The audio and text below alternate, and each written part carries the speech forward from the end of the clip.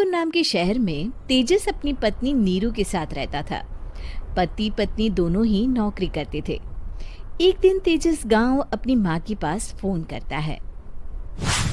Hello, प्रणाम माँ।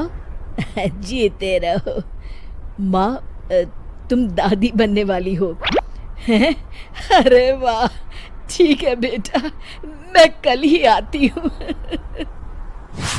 जब माँ जी शहर पहुंची तो बेटे बहू ने बहुत अच्छे से स्वागत किया। लीजिए माँ जी, चाय। अरे गर्मा गर्म पकोड़े ले आओ माँ के लिए। नीरू रसोई में गई और 2 मिनट में ही पकोड़े ले आई। जी ये लीजिए। बहू जादू से बनाए हैं क्या? अभी तो रसोई में गई थी। यम्मी। माँ जी, शीला रसोई में पकोड़े तल रही है, मैं बस लेकर आई। हे भगवान, मेरा धर्म भ्रष्ट कर दिया तूने। अब तो गंगा जल से शुद्धिकरण करना होगा। दूसरे दिन, माँ जी मैंने नाश्ता बना दिया है, ऑफिस जा रही हूँ। पर अभी तो घर का सारा काम पड़ा है। शीला आती ही होगी, झाड़ू पोछा बर्तन कपड़े वो सब कर लेगी। हमारे जमाने में घर का सारा काम हम ही करते थे। जी माँ जी, आप बहुत होशियार हैं, मैं घर ऑफिस दोनों नहीं संभाल पाती। तो जरूरत क्या है घर से बाहर जाकर चाकरी करने की? वैसे भी घर का काम खुद करने से घर में बरकत आती है, समझी? पर माँ जी। पर वर कुछ नहीं, इस महीने की पगार मिले फिर ऑफिस बंद है। हाँ।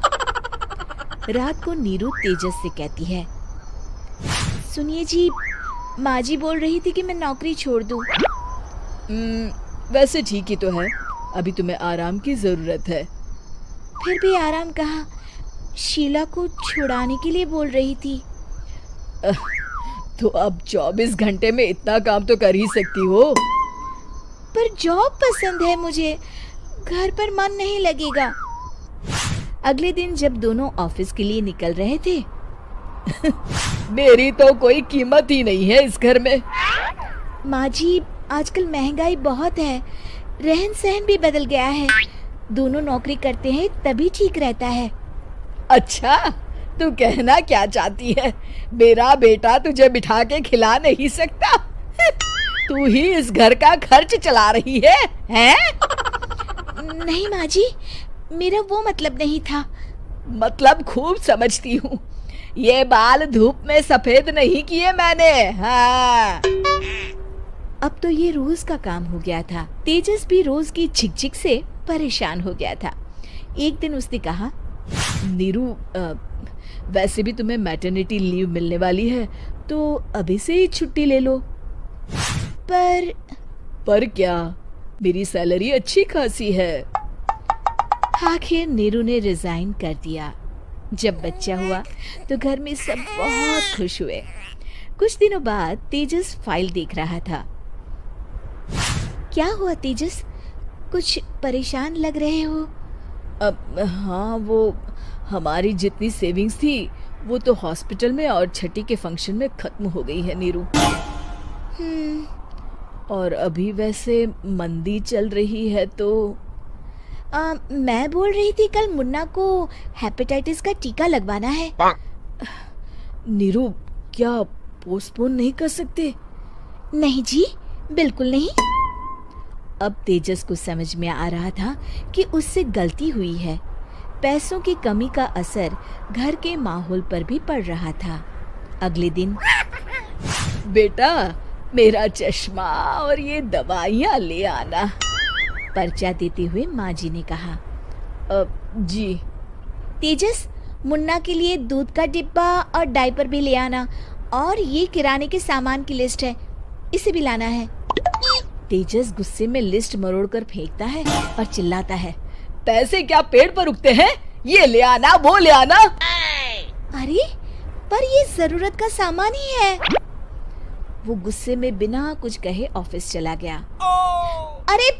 अरे लंच तो ले जाइए। नीरू दौड़कर डिब्बा पकड़ाती है। एक दिन खाना खाने के बाद। नीरू,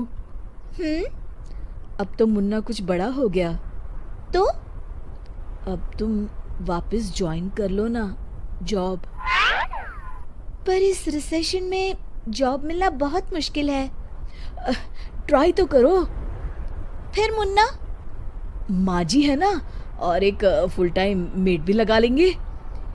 पर माँ जी, उन्हें तो पसंद नहीं। तभी माँ जी वहाँ आ जाती है और प्यार से नीरू के सर पर हाथ फेरते हुए बोलती है, अब मेरी समझ में आ गया बहू, पहले के और अब के समय में अंतर है।